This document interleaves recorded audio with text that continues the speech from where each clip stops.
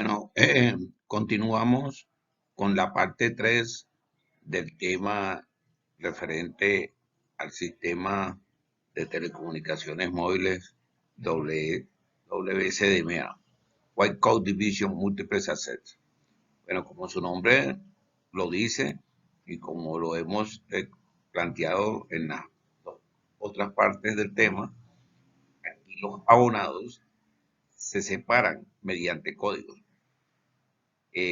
La red radio WSMA está en esta parte, aquí donde tengo el pointer, está constituido por supuesto por el teléfono móvil, la BTS, que aquí se llama el nodo B, y el controlador de las BTS. Como hemos visto en las otras partes del tema, aquí los abonados se encuentran en la misma portadora, realmente en un par de portadoras mínimo, una portadora subiendo, una portadora bajando. Como todos los abonados están en la misma portadora, pues hay que buscar una manera de separarlos, porque si no, habría una gran interferencia. Y esa manera es agregándoles códigos, y ahí viene el nombre, ¿no?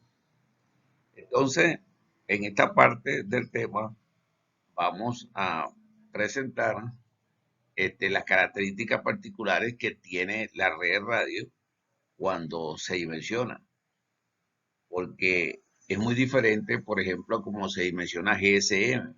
Los abonados en GSM están bien diferenciada su separación, están en intervalos de tiempo y eso hace que también los transceivers tengan una cantidad definida de canales. Aquí la situación varía. El contenido de esta parte del tema ha dividido en tres partes: las limitaciones en capacidad de WSMA, después la capacidad de WSMA y el tráfico telefónico y velocidades. Entonces vamos a desarrollar esta parte del sistema WSMA. Desde el punto de vista de tráfico, los sistemas los podemos dividir en, de dos formas: sistema con pérdidas, sistema con esperas. Los sistemas con pérdidas, como su nombre lo dice, se pierden comunicaciones. ¿Por qué? Porque el tráfico ofrecido no consigue canales en la red de conmutación, y si no consigue canales, pues ese tráfico no va a avanzar y va en este ejemplo lo coloqué en una cesta, indicando de que se perdió, pues, un tráfico perdido. Y bueno, la diferencia entre el tráfico ofrecido y el tráfico perdido es el cruzado. Los sistemas con esperas trabajan de manera diferente. Cuando alguien intenta hacer una comunicación y no hay canales en la red de conmutación, pues ponen la comunicación en cola, y cuando hay un canal libre, pues el tráfico es cruzado. Es la diferencia entre los sistemas con pérdidas y los sistemas con espera. Los sistemas con espera también tienen un nombre, lo llaman trunking, sistemas trunking. Ahora bien, los sistemas que normalmente usamos diariamente son sistemas con pérdidas. Y usted puede ver aquí que he agregado esta figura en la parte de abajo para explicar por qué estos sistemas son con pérdida. Fíjense de que aquí hay una especie de embudo. A la izquierda están los abonados que están intentando hacer llamadas. Vamos a suponer que estas entradas están representadas aquí por estas flechas, ¿no? Pero fíjense que hay 5 flechas de entrada, que hay 3 de salida. ¿Qué es lo que pasa? Aquí se hace una concentración del hardware, porque la teoría de la probabilidad dice que todos los abonados no van a llamar al mismo tiempo. Y si llaman al mismo tiempo, pues no van a conseguir canales. Es una cuestión técnico-económica. Eso es lo que pasa aquí. Lo que sucede aquí, si todos los abonados llamasen al mismo tiempo, pues no van a conseguir canales aquí y un tráfico se va a perder, ¿no? Entonces, un sistema con pérdida se refiere a uno que cuando no hay canales libres, entonces la llamada no puede ser cruzada. Entonces, se realiza básicamente, la cálculo de los canales se realiza a través de la fórmula de Lambert, como vimos en capítulos anteriores, ¿no? Y se utiliza un grado de servicio o la probabilidad de encontrar n canales ocupados. Esto es totalmente probabilístico, ¿no? Y por eso es que todos los sistemas, o la mayoría, trabajan de esta manera. Ahora, en WSMA se presenta una situación adicional. ¿Cuál es? Fíjense, aquí tenemos un área de radio bases representada por hexágonos, y fíjense que cada uno tiene esta F1, que esto significa, esta letra y este número significa que todas las células tienen la misma frecuencia. En realidad son mínimo un par de frecuencias, una subiendo y una bajando, una para el downlink y otra para el uplink. Entonces, ¿qué sucede?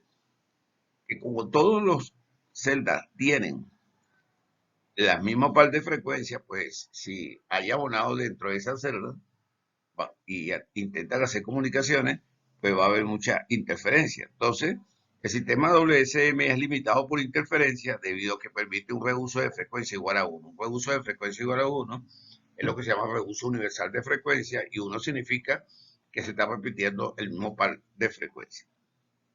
Entonces, esta situación conlleva que se debe estimar la capacidad de la celda en función de la interferencia en el UL y el DL, por lo que vengo explicando.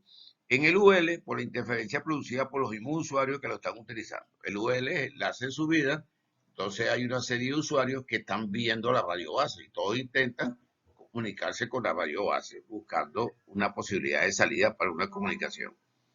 En el downlink, la producida por las otras estaciones base.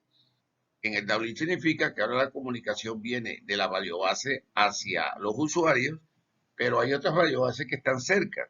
Entonces, esas también producen interferencia sobre las señales que están en esta celda, ¿no? Cuando la reutilización de frecuencia de un sistema WSMA1, el sistema es típicamente limitado por interferencia, y la cantidad de interferencia y la capacidad de la celda entregada deben ser estimadas. Entonces, como pueden ver, no es sencillo calcular cuál es la capacidad que tiene una área de una radiobase en WSMA, porque está limitado por interferencia, la cantidad está limitada por interferencia. Entonces, debido a esto, se habla de bloqueo duro, hard blocking, y de un bloqueo blando y capacidad blanda, soft blocking and soft capacity. El bloqueo duro es el que planteé anteriormente, es el que se refiere a los sistemas con pérdida. Cuando la capacidad de una estación base está limitada por el hardware de esta, se le asocia el llamado bloqueo duro, hard blocking, que ocurre cuando un usuario no tiene acceso al servicio por falta de capacidad. En los sistemas con pérdida no se puede acceder al sistema cuando no hay hardware, ya no hay canales libres, entonces sencillamente no se puede cruzar. Y bueno, entonces el WSMA también está limitado por hardware, pero sucede, por lo que acabo de comentar de la interferencia, que WSMA también tiene un bloqueo que llaman blando y una capacidad blanda, o sea, son bloques y son capacitivos. Se tiene capacidad blanda si la capacidad está limitada por la interferencia en la interfaz de aire, ya que no existe un valor fijo para la capacidad máxima. Este caso se relaciona con el bloqueo blando, ¿no? Porque si hay una capacidad limitada por la interferencia, entonces también hay una especie de bloqueo que sucede cuando un usuario no tiene acceso al servicio por falta de capacidad, en este caso blanda, o sea, por interferencia, ¿no? En WSMA, al utilizar Direct Sequence Split Spectrum, o sea, espectro ensanchado de secuencia directa, la cantidad de usuarios que puede haber en una celda está limitada solo por la interferencia, y este límite se lo impone el operador. Aquí dice que WSMA, al utilizar Direct Sequence Split Spectrum, o sea, espectro ensanchado de secuencia directa, es que hay otra metodología para WSMA que se llama Frequency Hopping, o sea, salto de frecuencia, pero esa no es la que estamos desarrollando aquí, porque la que se usa en la mayoría de los sistemas comerciales WSMA es esta llamada DSS, que es la que hemos desarrollado en las otras partes del tema. Entonces, ¿qué pasa? hay una capacidad en WSMA que va a depender si es la comunicación en enlace ascendente o en enlace descendente. Entonces, en enlace ascendente, a diferencia de la capacidad de enlace descendente, esta se puede modelar analítica y fácilmente, no perfectamente, pero se puede hacer un cálculo. El enlace descendente necesita simulaciones, ¿no? Hay un factor que hace que sea difícil analizar el efecto de cada usuario en la capacidad total de enlace descendente, la limitación de la potencia. Hay una radio base que está emitiendo una potencia. Ya sabemos, por la otra parte del tema, que hay control de potencia, o sea, se intenta de que todos los abonados tengan la misma potencia. Entonces, pero eso es la limitante. La potencia se comparte entre los usuarios, haciendo que la capacidad dependa de la ubicación y las condiciones de radiofrecuencia observadas por el usuario. Si hay muchos usuarios en la celda, posiblemente la potencia es muy baja y hay comunicaciones que no van a poder seguir su avance. Entonces, ¿cuáles son los límites de WSMA? Esta lámina fue presentada anteriormente, pero la repito por lo que estoy conversando, y me estoy refiriendo a los límites de WSMA. Entonces, ¿cuáles son los límites? El número de códigos de canalización disponible. Como saben, los abonados se separan por códigos de canalización, pero estos códigos son limitados. La potencia total transmitida en el downlink, lo que estoy comentando. La radiobase emite una cierta potencia. Esa potencia se distribuye, en teoría, al mismo a todos los abonados, ¿no? Un canal con una velocidad mayor, o sea, menor factor de propagación, o sea, como la velocidad es menor, entonces el factor de propagación también es menor. Entonces, con una velocidad, mayor y un factor de propagación menor, entonces hay que transmitirla con mayor potencia, ¿no? Pero la potencia total de transmisión es limitada, ¿no? Es lo que dice el punto 2. Pero esto es en el downlink. Si estamos hablando del uplink, entonces hay otra interferencia causada por el hecho de que los códigos de pseudo ruido que separan a los usuarios no son 100% ortogonales. Unos códigos son 100% ortogonales cuando no se cruzan entre ellos. O sea, digamos, para decirlo de una manera sencilla, siguen caminos diferentes, no se cruzan, entonces no hay interferencia, ¿no? Entonces, fíjense, hay unas limitaciones de la capacidad de WSMA. Esto significa que a medida que la celda debe soportar más tráfico, debido al aumento de usuarios o de transferencias de alta velocidad, su cobertura disminuye. Su cobertura disminuye porque la potencia hay que distribuirla equitativamente entre todos. Puede ser que la potencia sea muy baja para una cierta cantidad de usuarios. Bueno, estos son los límites de WSMA. Ahora, vamos a analizar esto para el enlace ascendente y para el enlace descendente. En el caso del enlace ascendente, se tiene un gran número de terminales distribuidos que aportan interferencias dentro y fuera de la celda bajo estudio. Imagínense una celda donde hay una gran cantidad de abonados que están emitiendo señales hacia la radiobase. Para el enlace ascendente, la capacidad puede crecer ilimitadamente a costa de una degradación progresiva de la calidad. Si hay muchos abonados, bueno, hay que distribuir la potencia y la calidad les va a disminuir. Con el enlace ascendente depende del nivel de interferencia generado por las radiobases que trabajan en la misma frecuencia, tanto en la propia celda como en la vecinos. Se permitirá un nivel máximo de interferencia, lo que se traduce en un número máximo de usuarios que genera una cantidad de tráfico equivalente. La capacidad puede aumentar a costa de una degradación. Bueno, si se permite un nivel máximo de interferencia, entonces también eso tiene una relación con la cantidad máxima de usuarios, ¿no? Ahora, ¿cuál es ese nivel máximo de interferencia que se puede permitir? Hay que calcularlo, pero indudablemente que eso produce una degradación de la calidad de servicio. Pero esto en el enlace ascendente. En el enlace descendente, el terminal recibe interferencia de un número limitado de nodos B en posiciones concretas. Ahora tengo el nodo B que está emitiéndose los usuarios, pero hay otros nodos B que aunque están a una cierta distancia, también están mandando señal, y eso es una interferencia sobre el área de un nodo en particular. En enlace descendente, la capacidad ofrecida deja de aumentar cuando el nodo B no dispone de más potencia para asignar a los canales de tráfico un cierto valor, pues. Bueno, entonces esas son las limitaciones que tiene WSMA dependiendo si la comunicación es enlace ascendente o en enlace descendente.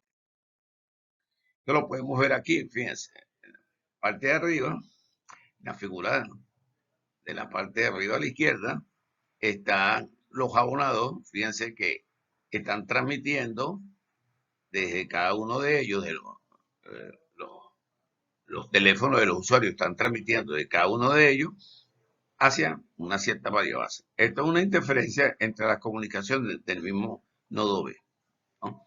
Fíjense.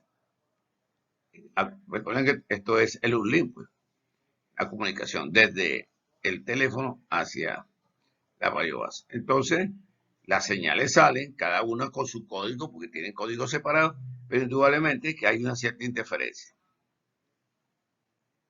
La interferencia, pero hay otra radiobase, entonces hay una interferencia con las comunicaciones de otros nodos B. Es lo que se presenta aquí. Fíjense.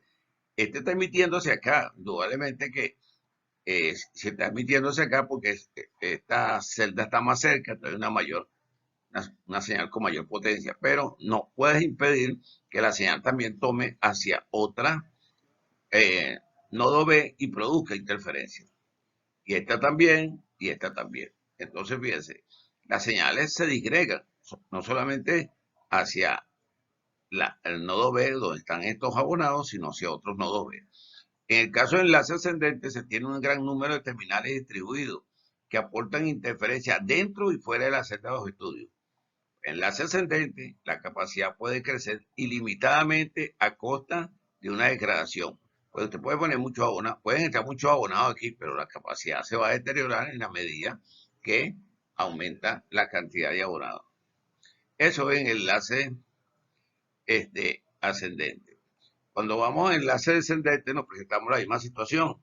Tenemos la radiobase está emitiendo hacia los abonados que están en su área la señal es de color verde, ¿no? Pero ¿qué pasa? Hay otra celda que también, otra radiobase que está emitiendo hacia su celda, por supuesto, pero no puede eh, impedir que esta señal llegue también hacia los usuarios que están en otra celda. Y eso es lo que se presenta con la línea de color rojo. Indudablemente que esta celda y esta celda se dimensionan, la ubicación de esas celdas se dimensionan de una manera tal que la interferencia sea menor, ¿no? Porque la frecuencia la distancia que hay entre las celdas no es que se pone en cualquier lado, sino eso hay que calcularlo. Pero indudablemente son señales radioeléctricas y producen interferencia. Bueno, entonces con esta figura se presenta lo que está sucediendo en el uplink y en el downlink, ¿no? Entonces, en el caso del downlink, el enlace descendente termina recibiendo interferencia de un número limitado de nodos B en posición concreta, ¿no?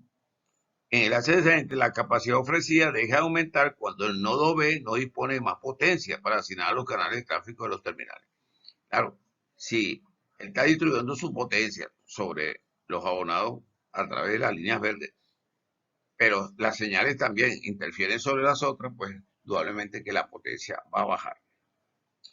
Bueno, entonces estos son los límites de WSMA.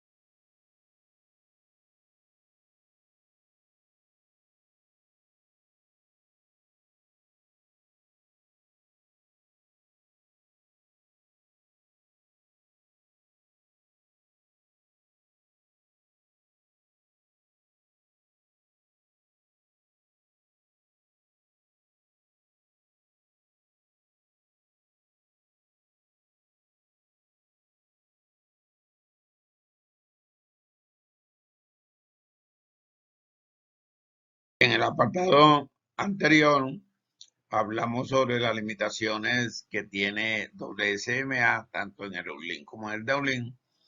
Ahora vamos a ir un poco más en detalle en relación a los parámetros que afectan esta capacidad.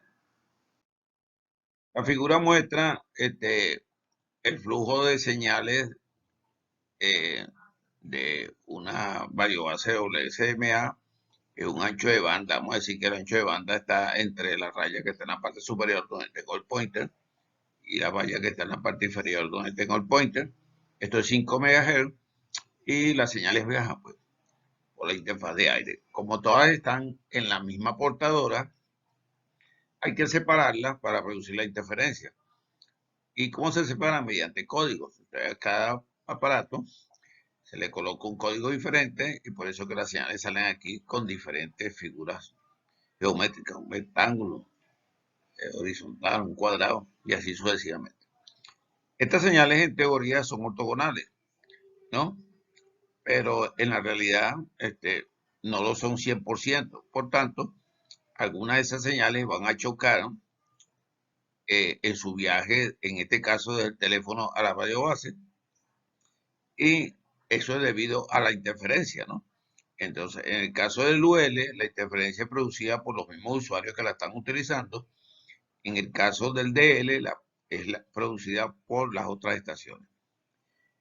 Pero la mayoría, debido a la velocidad a la que avanzan, ¿no? Estas señales, la mayoría van a ser codificadas aquí, van a llegar a la radio base. La figura muestra una señal en el URLIN.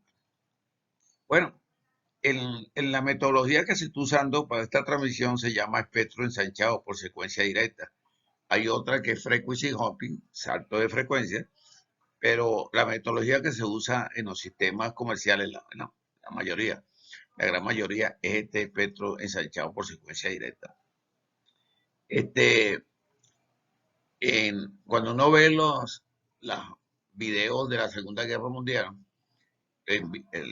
cuando estaba la guerra en tiempo real, avanzaba un soldado que era el que llevaba los equipos de telecomunicaciones, los llevaba en la espalda.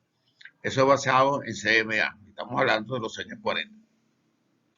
Bueno, lo que pasa es que eso no había sido masificado comercialmente en la época y también por la tecnología, ¿no?, que existía para el momento. Bueno, aquí tienen la capacidad de WSMA en el URLIN. Como pueden ver, vamos a ver aquí a la derecha, el número de usuarios depende de una serie de parámetros que ya voy a comentar. Y aquí a la izquierda está la misma ecuación, pero aquí se despejó Newt. Newt es el factor de carga. Ya voy a comentar qué es el factor de carga. Pero fíjense en la situación. En un sistema GSM, la cantidad de abonados que se colocaba en una celda dependía de las portadoras. Las portadoras tenían dos tipos de transceivers, 8 canales, 16 canales. Entonces es más sencillo de dimensionar. Aquí la cosa no es tan sencilla. ¿Por qué? Porque está la interferencia. Porque está la interferencia porque todos los abonados viajan por la misma portadora, ¿no? Entonces, fíjense, el número de usuarios depende de una serie de parámetros. El primero que vemos aquí, vamos a analizar aquí, es W sobre R sub J. ¿Qué W sube? La tasa de chip de WSMA, 3.84 millones de chips por segundo. Esto lo vimos en otro de los videos. Que R sub J es la tasa de vida del usuario. Una es la tasa de chip de la señal, y otra la tasa de vida del usuario, porque esa depende del servicio, ¿no? Después tiene aquí el sub E sobre N sub 0 en el denominador. Ah, no. Aquí está Newt, que es el factor de carga. El factor de carga es una interferencia sobre una celda. Una interferencia sobre una celda, pero vamos a ver que hay otra interferencia que viene de otra celda. Entonces, fíjense, eso se llama factor de carga, pues está cargada por la interferencia de las otras celdas. Después tenemos aquí S sub E sobre N sub 0. S sub E sobre N sub 0 es la razón de energía por bit a densidad espectral de ruido. ¿Qué pasa con este parámetro? Este parámetro es muy interesante porque el parámetro que normalmente usamos es S sobre N, signa sobre noise, ¿no? S sobre N. Pero este es su B sobre N sub 0. La señal, cuando es S sobre N, la señal sobre todo el ancho de banda. Y el ruido es sobre todo el ancho de banda. Pero aquí es el sub B. El sub B es la energía de un bit. Y N sub 0 es la densidad de espectral del ruido en un hertz. Entonces son parámetros muy diferentes. Pero este es interesante porque al fin y al cabo lo que transmitimos son flujos de ceros y unos, o sea, señales binarias. Ok, este es sub sobre n sub 0 depende del servicio, la tasa de bit, diversidad de la antena de recepción, velocidad del móvil, etcétera, etcétera. Ok, después tenemos aquí B sub J. B sub J es el factor de actividad de voz del usuario. Aquí falta la palabra de voz del usuario. ¿Por qué de voz? Porque cuando nosotros tenemos una comunicación de voz, no hablamos el 50% porque tenemos que hacer silencio.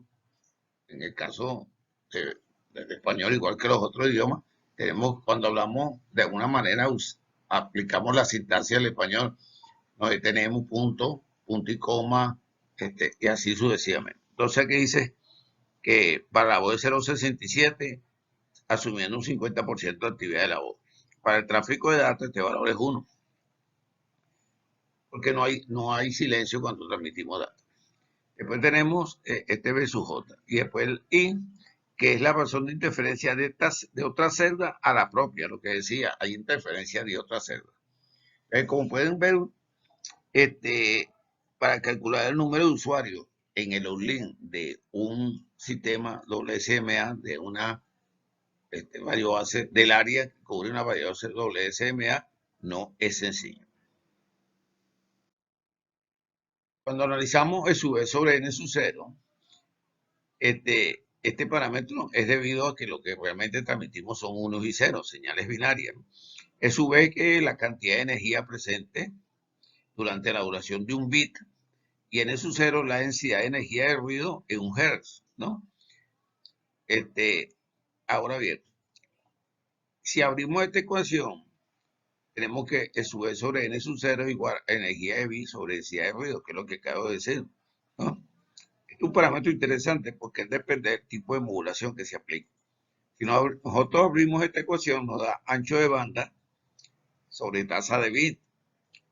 La ancho de banda multiplicado por la potencia de la señal, la tasa de bit multiplicada por la potencia de ruido. Aquí vemos las letras que lo representan. W sobre R se llama ganancia de procesamiento. Ganancia de procesamiento, que es el ancho de banda sobre la tasa de bit, ¿no? Este es un parámetro que ya analizamos en otra parte de este tema. Bueno, esto es sub sobre n sub 0. Pero ¿qué sucede? Que eso es sobre n sub 0 es la relación entre la energía de bit por la densidad espectral del ruido.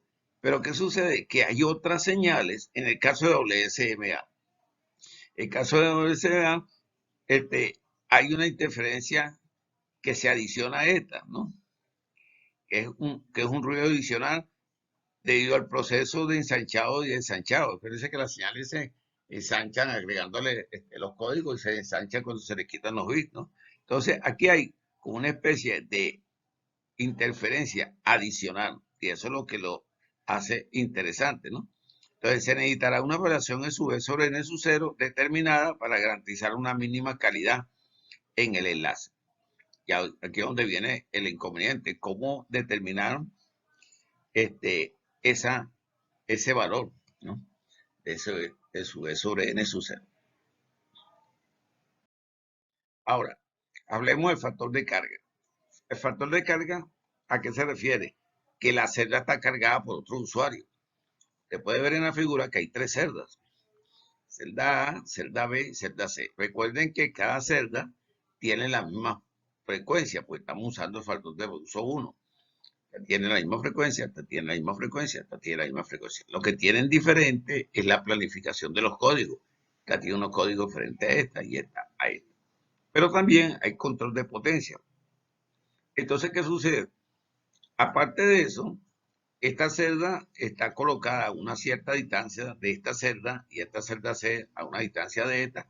Esa es una distancia calculada, ¿no? De manera que la interferencia sea menor. Pero indudablemente que las señales que generan estos abonados que están aquí en la celda B y los que están aquí en la celda C son señales radioeléctricas y entran, para decirlo de alguna manera, en la celda A. Entonces, ¿qué hacen? Están cargando la celda A y son señales ahí, entonces aumenta la interferencia. Ese es el factor de carga, ¿no? La celda está cargada por otros usuarios que no pertenecen a ella. Y eso, lo importante de eso, que si esas señales entran en la celda, pues produce mayor interferencia. Fíjense. Entonces la cosa no es sencilla. Fíjense que aquí están tres celdas, que pueden ser las celdas de la figura anterior. Esta es la celda A, esta es la celda B y esta es la celda C. El abonado que nos interesa es este que está emitiendo esta señal de color verde, porque es la señal deseada, como dice aquí en la leyenda. Pero resulta que los mismos abonados que están en la misma celda, que están generando señales, producen una interferencia sobre esto. Y los abonados que están en otra celda, que están generando también señales, también producen interferencia. Esta interferencia entre celda, interferencia intercelular y la interferencia que producen los mismos abonados en la misma celda, interferencia intercelular. Lo cierto es que hay una suma de interferencias. Eso se define aquí con este parámetro, y igual interferencia entre las otras celdas, entre la interferencia en la propia celda. Entonces, indudablemente que este factor de carga no es sencillo, porque el factor de carga depende de las interferencias. Y aquí tenemos, por ejemplo, otra vez el factor de carga total, porque va a haber un factor de carga total, porque hay una suma de interferencias, para decirlo de alguna manera. Y aquí usted lo tiene. Pues. El nu UL, que es el factor de carga total, será 1 más I por la sumatoria L sub J, ¿no? Igual a 1 más I por la sumatoria de todas las interferencias. Entonces aquí tiene usted la fórmula del factor de carga total. ¿eh? Como ven, el asunto no es sencillo. Ahora, el factor de carga se puede disminuir. ¿Cómo se puede disminuir el factor de carga? Sectorizando las celdas. Y aquí tenemos una celda que indudablemente tiene celdas alrededor, entonces se está produciendo lo que llamamos el efecto de carga, ¿no? Entonces, ¿qué pasa? De que si usted sectoriza la celda, como está aquí, esta celda está sectorizada en 3 sectores, las flechas indican que las antenas que están aquí están emitiendo una señal, en este caso hacia este sector, esta hacia este sector y esta y esta hacia este sector, ¿no? La interferencia de los otros usuarios, o sea, los usuarios que no pertenecen a ella, puede reducirse en una celda de la celda en cuestión es sectorizada. En lugar de antenas unidireccionales, una celda puede ser sectorizada en 3 sectores, de manera que cada sector reciba señales sobre 120 grados. Una antena sectorizada elimina la interferencia de otros usuarios que no están dentro de su patrón de antena. Ahora, aquí dice elimina, realmente no la elimina, la reduce, porque claro, como la antena está emitiendo una señal más fuerte que la que le está llegando lejana, de alguna manera la reduce, pero de esa manera se reduce el efecto de carga, y si se reduce el efecto de carga, pues aumenta la cantidad de abonado que se puede colocar en una celda. Aquí tienen el factor de carga de un usuario. Este es el factor de carga de un usuario. PJ es la potencia recibida del usuario J, PJ igual a 1 sobre 1 más de W sobre S sub sobre N0 por BJ por BJ. Pero aquí aparece el parámetro nuevo, I total, la interferencia total, ¿no? Entonces, LJ, que es el factor de carga de una conexión, ¿no? De una igual a PJ, ¿no? Sobre el I total, ¿no? PJ, que es la potencia que está aquí, ¿no? Que está el I total. Entonces, trabajando con esta ecuación, ¿no? Podemos llegar a esta que está aquí. Como pueden ver, este, el factor de carga de una conexión puede depender de una gran cantidad de parámetros. ¿Cómo reducirla? Bueno, ya lo vimos con la sectorización. Ok. Hay otro parámetro que está afectando la cantidad de abonados que se coloca en una celda, el factor de actividad de voz. Fíjense que aquí está la ecuación y el factor de actividad de voz está en el denominador. Si se reduce el factor de actividad de voz, pues la cantidad de abonados en un determinado momento van a aumentar. Ahora, ¿qué es el factor de actividad de voz? Bueno, la figura lo muestra que tú una persona que te habla, va a intentar hablar por un micrófono porque en la parte de arriba no está hablando, ¿no? Pero en la parte de abajo sí está hablando. Y cuando habla, hay momentos en que hace silencio, porque de alguna manera cuando uno habla, aplica la sintaxis del idioma que está usando. O sea, me detengo, continúo, ¿no? Porque no puedo hablar continuamente porque sencillamente no tiene sentido. No se va a entender la persona. Entonces, ¿qué pasa? Que cuando hay momentos en que no se habla y cuando no se habla no se transmite data y si no se transmite data no se transmite potencia. Entonces eso hay que considerarlo. Se dice que un monólogo unidireccional, la actividad de la voz está en el 35%, o sea, el 15% no se transmite voz. En una comunicación bidireccional, ¿no? La actividad de la voz anda entre 40 y 45 porque se asume que cada abonado habla 50% aproximadamente. Entonces, este factor de actividad de la voz depende del vocoder y el esquema de codificación, ¿no? Porque la idea es no transmitir la parte de cuando se queda silente la comunicación. ¿Por qué?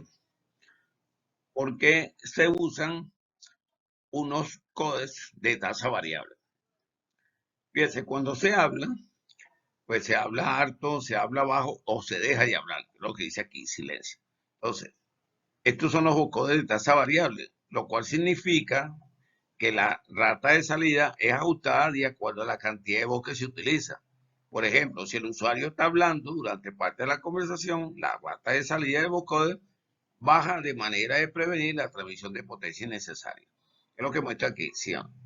Si habla alto, se transmite la potencia. Si habla bajo, se transmite con potencia. Y en función de eso bajará la tasa de bit.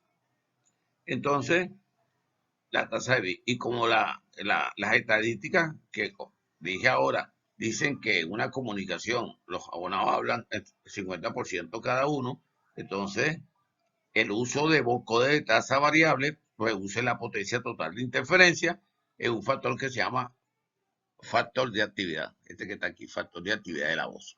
Entonces, como eso está en el denominador, si esto se reduce, aumenta la cantidad de personas en una celda. Aquí tienen unos valores típicos de tasa de vida. Repito, unos valores típicos. Esto puede variar, pero fíjense, aquí tenemos las aplicaciones, voz, videotelefonía, servicio de datos, PS, paquete conmutador. Aquí tienen las velocidades. Fíjense que aquí está la voz con una velocidad de 12.2, pero si se usa un vocoder de tasa variable, pues puede tener estas diferentes velocidades que están aquí. En telefonía, el 64 kbps es el valor que más se utiliza, pero indudablemente que usted puede usar un códec que lo baje a 32, lo busca a 32, a 16, a 8, pero a medida que usted baje la velocidad, la calidad de la voz va a variar.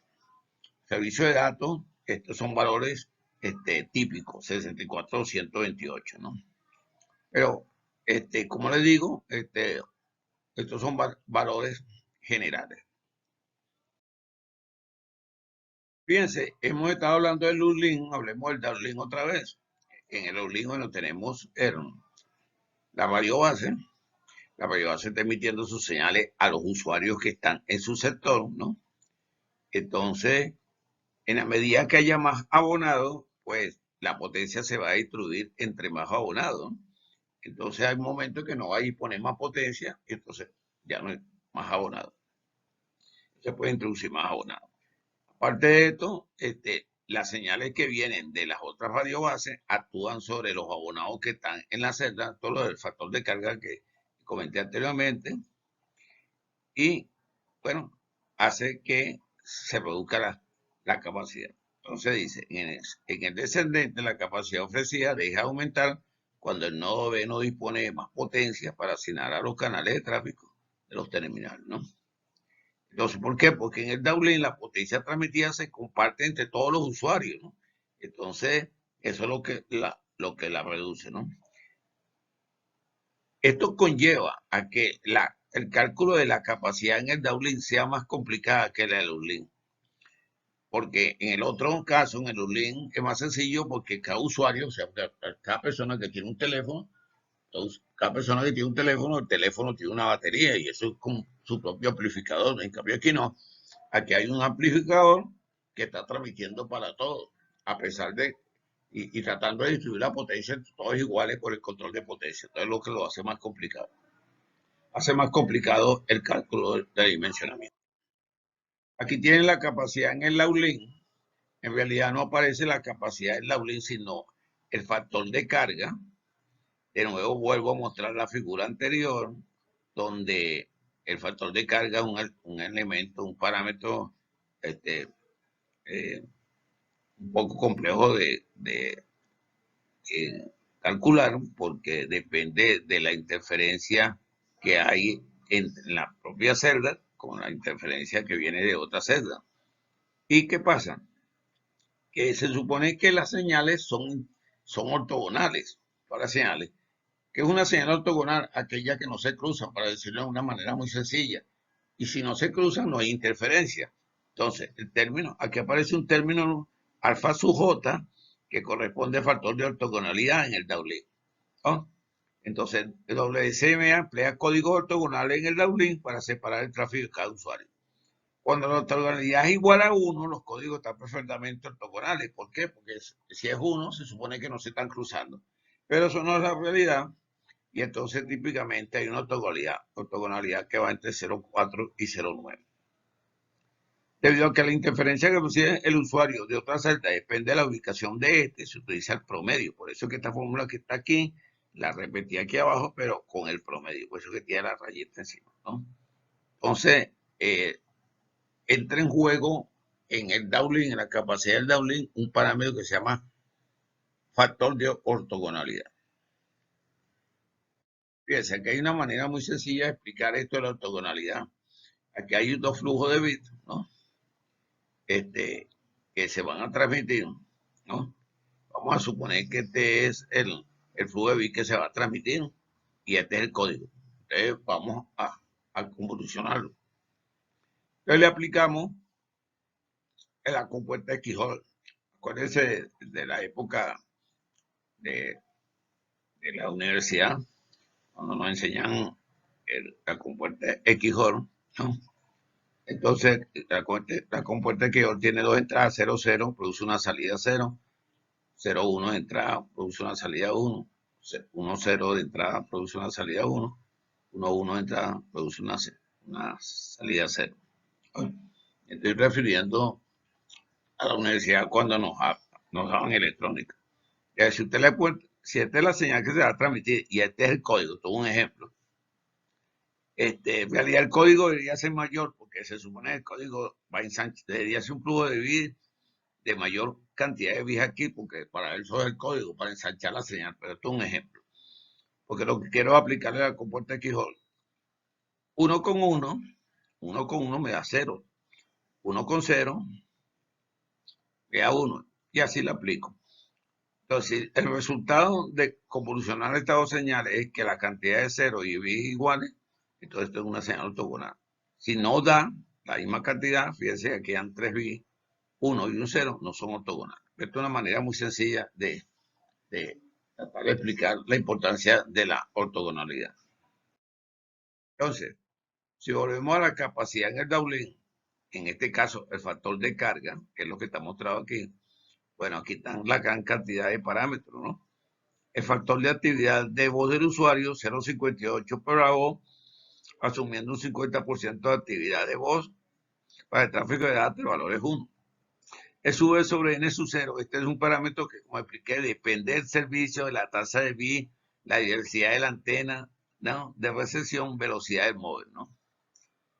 Este es un parámetro que también es muy importante porque creo que lo comenté, que para calcular el VER, o sea, la tasa de bits que se pierden, la tasa de bits que se pierde depende de la modulación. Entonces es muy importante la modulación que se está usando, porque eso es sobre N sub 0 tiene una relación con el VER y el tipo de modulación.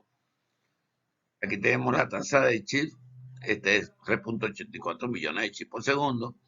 La tasa de vida del usuario depende del servicio.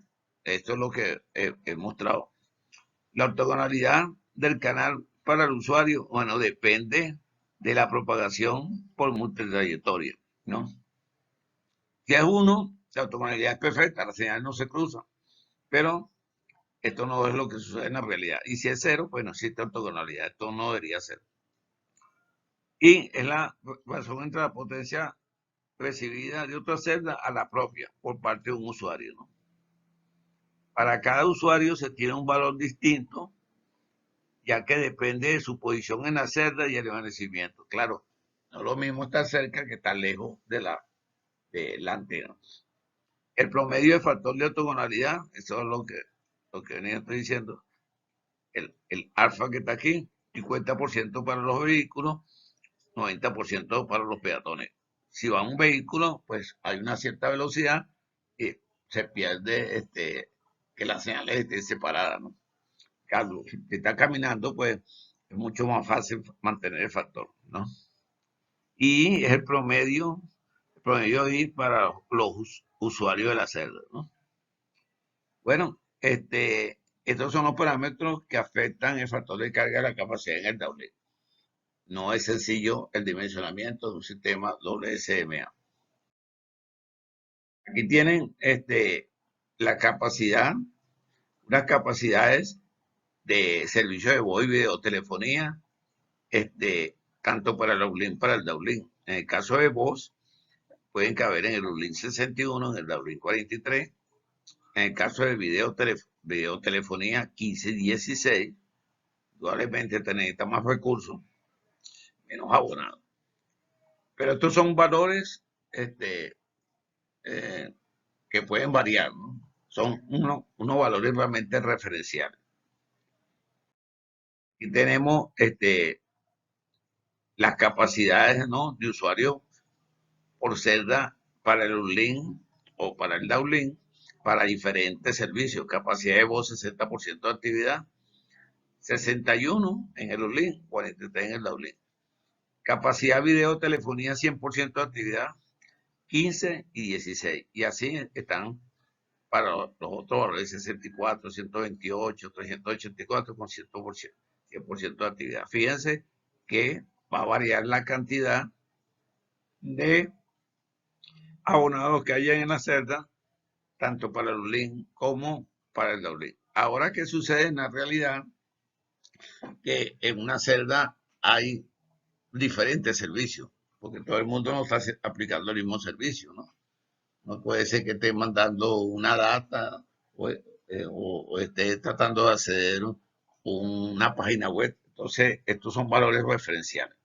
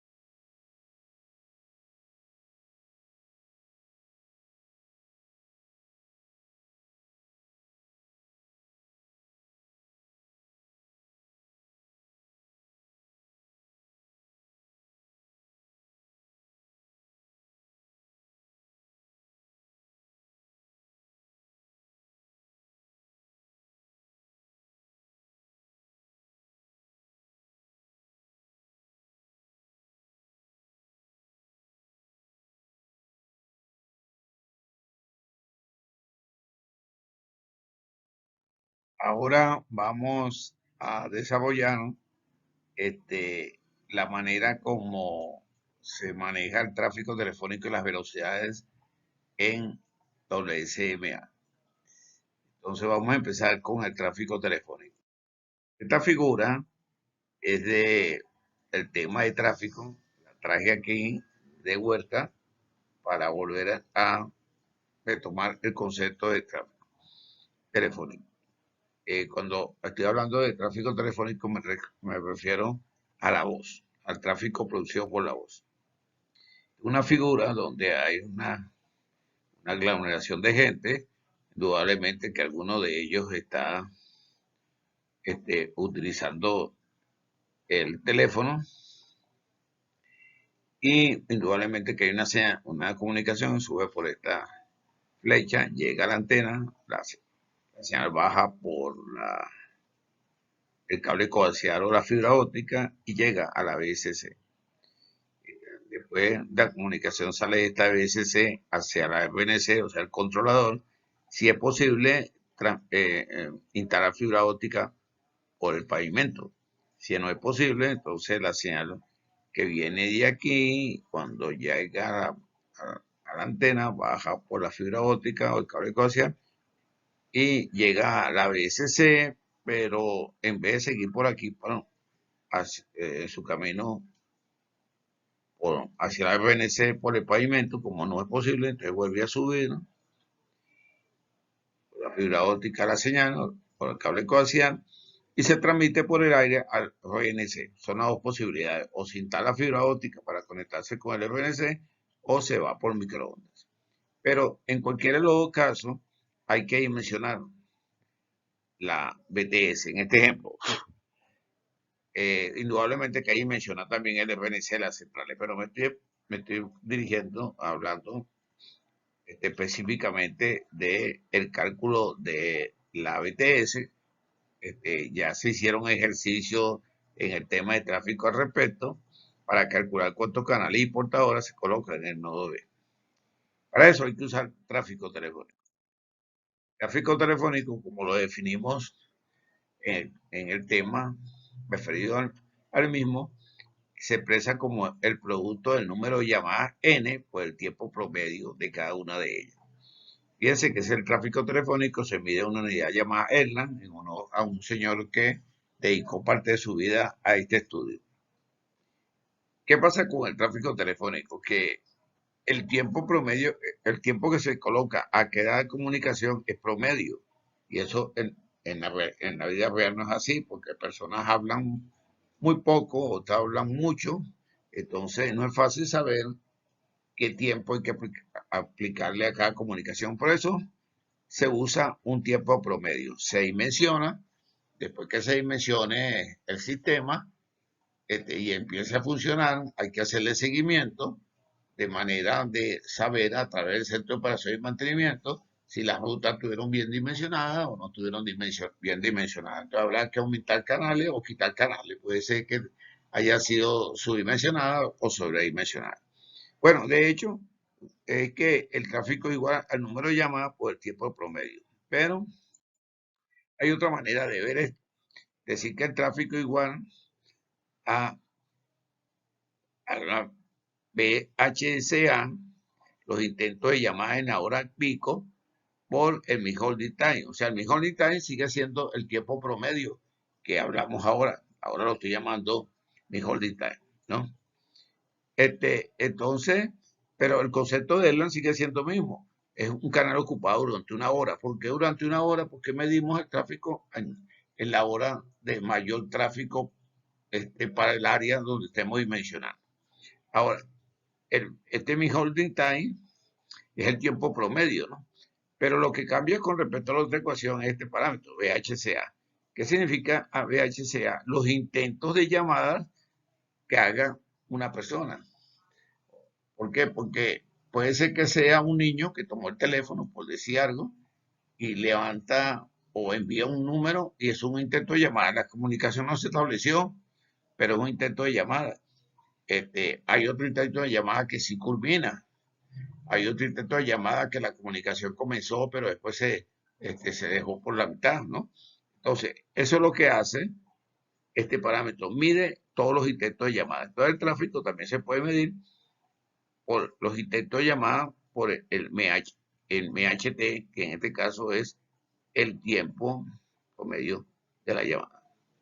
Bueno, pero este concepto, esta fórmula, este, igual que la anterior, son totalmente válidas. En todo caso, en ambos casos hay que ir a la tabla de Erlang y calcular los canales.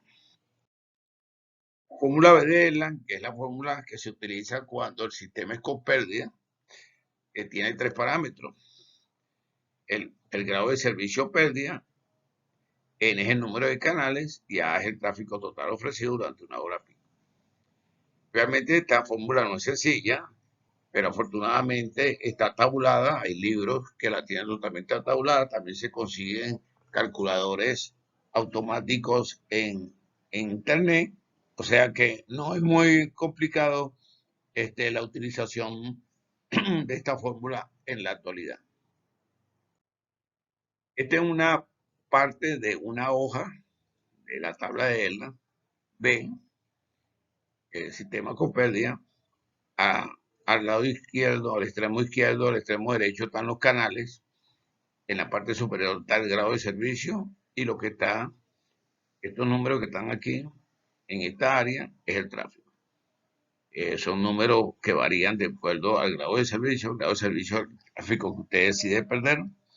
Y entonces, a través de esta tabla, como ya se enseñó, pero que estoy repitiendo, para poder desarrollar esta parte de WSMA, se calculan los canales y al calcular los canales usted calcula los transceivers y cuando calcula los transceivers calcula también las cantidades de portadores, ¿no?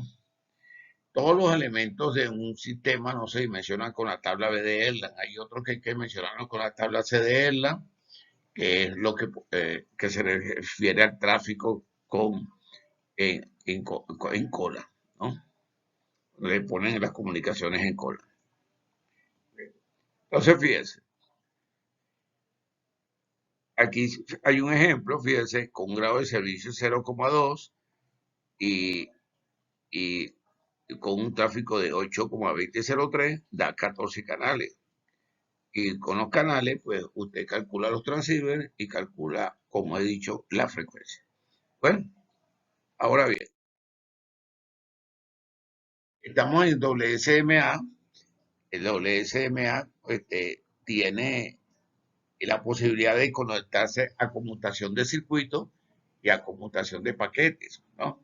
Cuando hablamos de la velocidad de paquetes, ¿no? O sea, conmutación de paquetes, aparece un término que se llama tráfico PS, ¿no? Que se utiliza para distinguir entre la versión 3GPP 99, EP99 de servicio de datos que tienen una tasa máxima de 384 kbps y los servicios de alta velocidad que emplean enlace descendente, otro tipo de velocidad.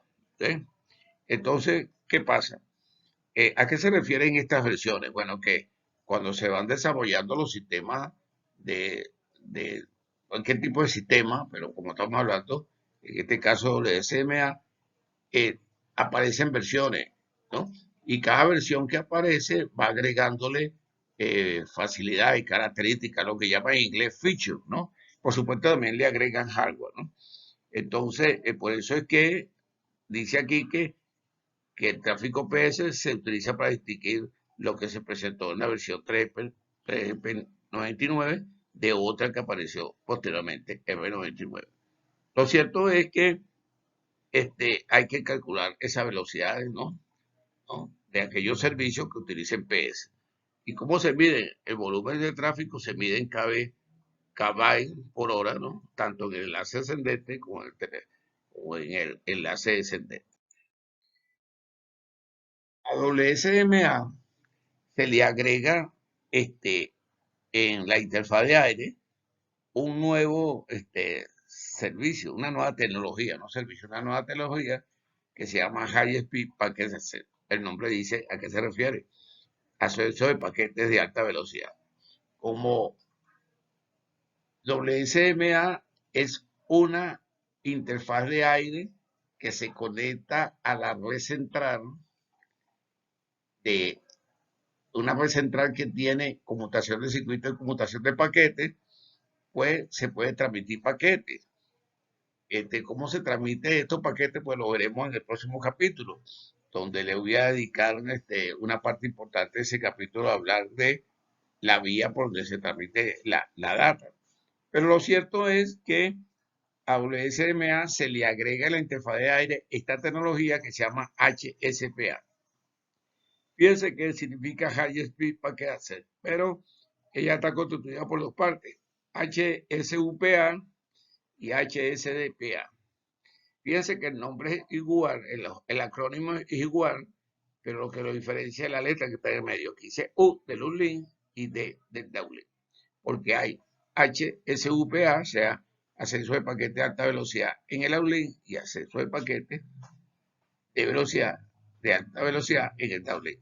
¿Para qué se introduce esto?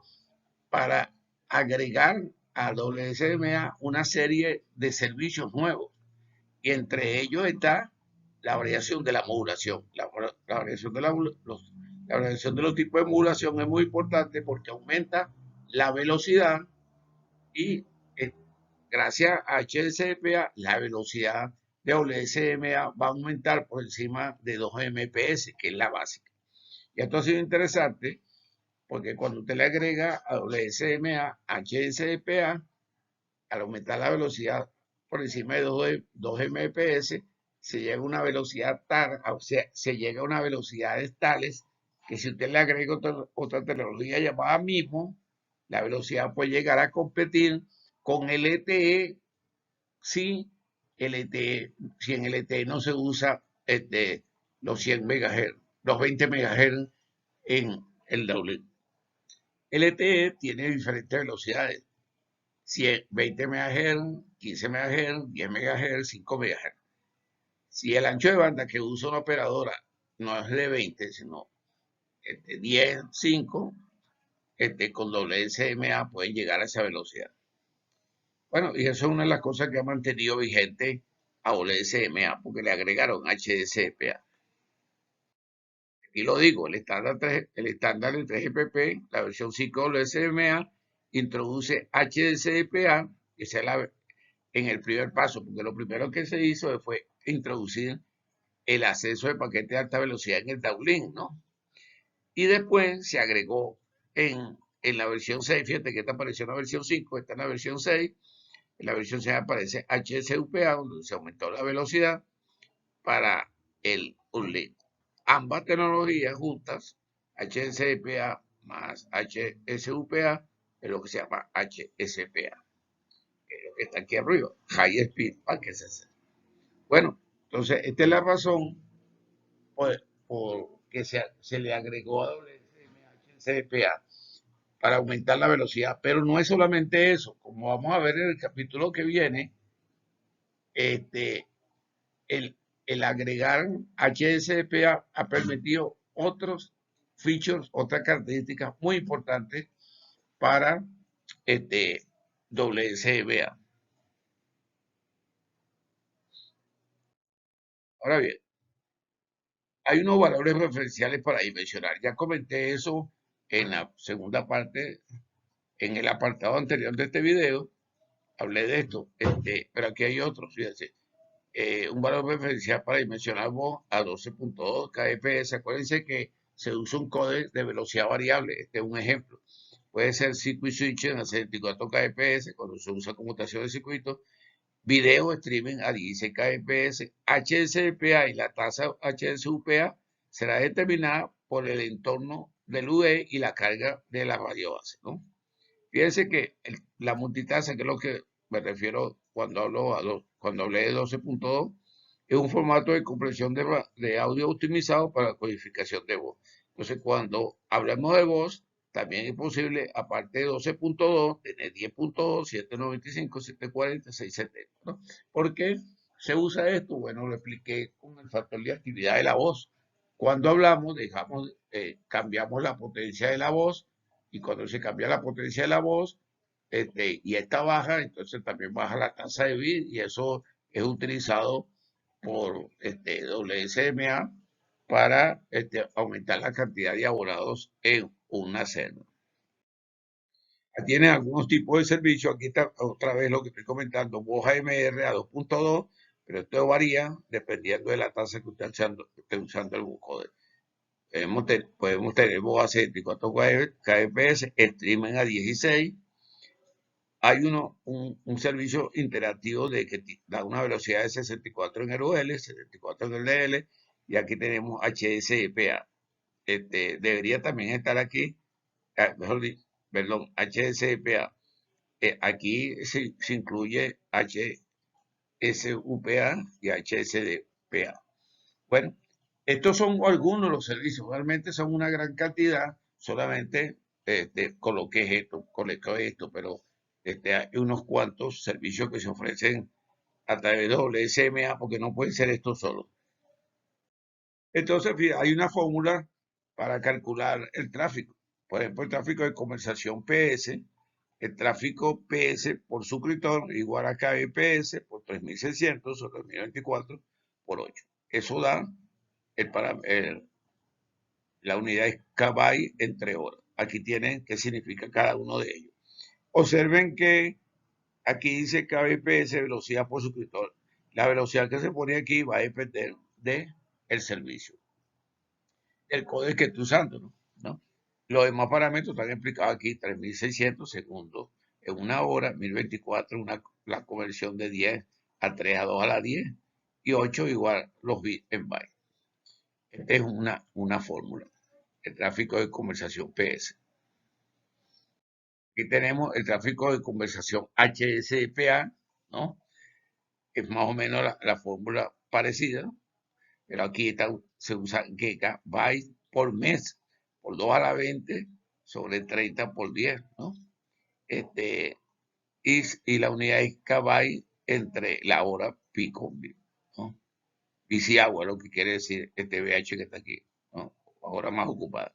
Y aquí está la leyenda, lo que significa cada uno de los elementos que constituyen la fórmula, ¿no? Gigabyte por mes, descarga límite mensual por suscriptor. Aquí se está asumiendo que se está facturando mensualmente, por eso es que aparece 30 días de un mes aquí. La fórmula puede variar de acuerdo a lo que considere la operadora, cómo va a facturar. Aquí tiene la capacidad de una celda que tenga HCPA, tiene que tener HCPA. Esto es igual al número de suscriptores por el tráfico por suscriptor de HCPA por 8 por 1024 sobre 3600 por PF. Y esto multiplicado por 1 más la retransmisión. Como esto es data, permite retransmisión. Esa es una de las características que agrega usar esta HSPA que permite retransmisión, ¿no? Y el factor pico, esto es un ejemplo 1.4, ¿no? Se calcula este valor aquí, dice, bueno, yo lo voy a aumentar por 1.4, pues lo que está haciendo aquí es subirlo 40%, pero puede subir 50% o bajarlo como usted considere, ¿no?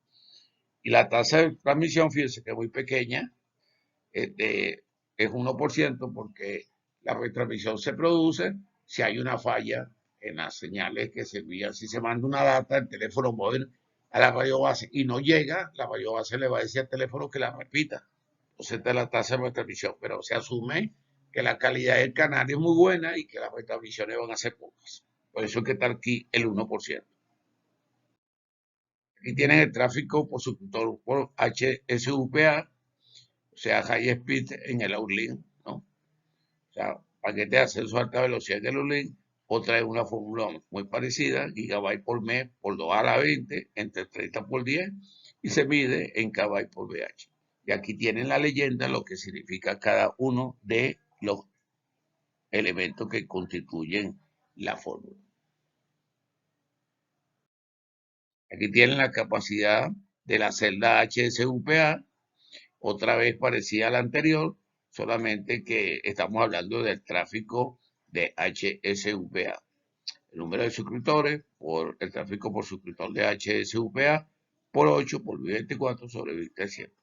por PF, esto multiplicado por 1 más la retransmisión. Ya dije que el factor pico, esto hay que analizarlo cada operadora, cuánto va a considerar que aumentar ese tráfico y, y dimensionar. Después, si eso no funciona, nos daremos cuenta en el centro de operación y mantenimiento, cuando se den cuenta que está congestionada todo el tiempo la celda, o al contrario, no está congestionada, nunca se congestiona, ¿no? Está subdimensionada. Eso hay que analizarlo. Y la tasa de transmisión, como le dije, se considera pequeña porque en teoría no debería estar todo el tiempo transmitiéndose la señal, porque eso significa que hay algún problema en el canal. Y bueno, con esto hemos terminado la tercera parte del tema sobre WSMA. Preguntas son bienvenidas por la plataforma y en la videoconferencia.